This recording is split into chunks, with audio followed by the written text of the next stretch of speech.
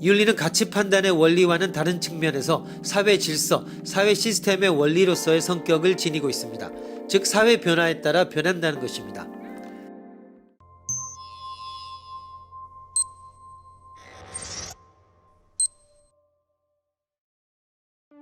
장래의 자신은 지금의 자신과는 다른 인격이 될 수도 있다. 그런데 그 장래 자신의 자유를 박탈하는 것과 같은 현재의 자유는 허용되어야 하는가?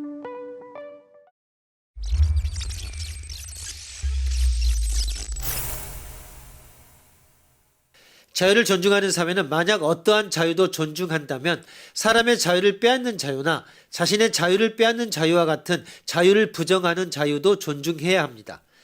그래서 그에 대해 자유를 부정하는 자유를 반대하는 자유도 존중됩니다. 그리고 거기에 반대하는 자유도, 그리고 거기에 어디까지나 계속됩니다. 자유를 부정하는 자유를 존중하는 것은 자유의 부정을 존중하는 것과는 다릅니다. 전체적으로 자유의 존중은 유지되고 있습니다. 혹은 자유를 존중하는 사회는 자유를 존중하기 때문에 자유를 부정하는 자유는 제한할지도 모릅니다. 자유의 허용에는 예외가 있다고 하는 것입니다. 이 경우 자유의 존중은 철저하지 않습니다. 그러나 철저한 존중이 아니면 존중이라고 할 수 없다라는 것은 아닙니다. 철저하지 않은 존중도 여전히 존중인 것에는 변함이 없습니다. 두 경우 모두 자유를 존중하는 자유주의는 모순된 것은 아닙니다. 당사자의 몸을 위해 전문가나 강자나 국가가 결정을 해준다라고 하는 방책을 패트롤리즘이라고 합니다. 당사자가 나쁜 상태가 되지 않게 자살이나 자상이나 마약이나 도박이나 매춘을 금하는 조치를 소극적 패트롤리즘이라고 합니다.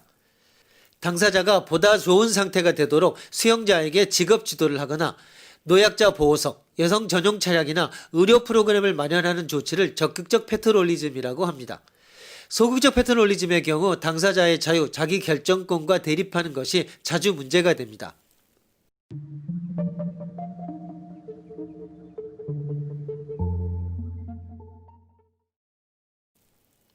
어느 때보다 급변한다는 현대사회의 윤리 역시 큰 변화를 겪고 있습니다. 현대사회는 과거 그 어떤 사회보다도 다양한 개성을 가진 사람들이 공존하는 장소이므로 사회성원 모두가 과거와 같이 삶의 전 영역에 통용되는 단일한 윤리 규범을 수용할 것을 기대할 수는 없는 상황입니다. 그러므로 이러한 상황에서도 사회가 하나의 통합체로서 기능할 수 있으려면 다양한 성원들을 묶어줄 수 있는 느슨한 규범이 필수적으로 요구됩니다. 그런데 이러한 규범은 과거의 규범과 달리 개인의 행위를 낱낱이 규정하는 것이 아니라 성원 모두 적어도 성원 대다수에게 공통적인 규정만을 함축하게 되고 이러한 규정 밖의 영역은 전적으로 개인들의 선택에 맡겨지는 것입니다. 현대인들이 느끼는 윤리적 문제는 과거 그 어느 때보다도 다층적이고 복합적입니다. 현대인들은 이제 과거처럼 초자연적인 권위에 복종하지도 않고 특정한 신분적 질서나 제도에 의해 주어지는 위계에도 승복하지 않습니다. 따라서 윤리적 문제들도 특정한 권위에 의존해서는 해결될 수 없고 최선의 방도에 대한 보편적 합의가 존재할 때만 해결 방도를 찾을 수 있을 뿐인데 과거의 권위와 위계에 대신해야 할 현대 윤리 이론들은 아직 이러한 합의를 이끌어내지 못하고 있습니다.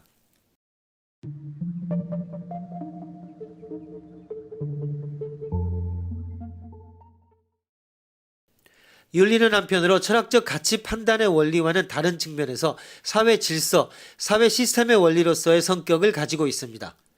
윤리는 인간관계의 이치이기 때문에 인간과 인간을 구성요소로 하는 사회와의 관계가 윤리의 다른 성격을 드러냅니다. 이 경우 윤리는 인간이 이기적이기 때문에 성립합니다. 그러나 모두가 자기 이익만을 내세우면 사회가 성립되지 않습니다. 윤리는 여기에서 사람들 사이의 이해 조정자가 되어야 합니다. 여기서 윤리는 결국 공동체 전체의 이기적 목적을 달성하는 방법이 되고 윤리는 지혜롭게 자기 이익을 추구하는 세련된 이기주의가 됩니다.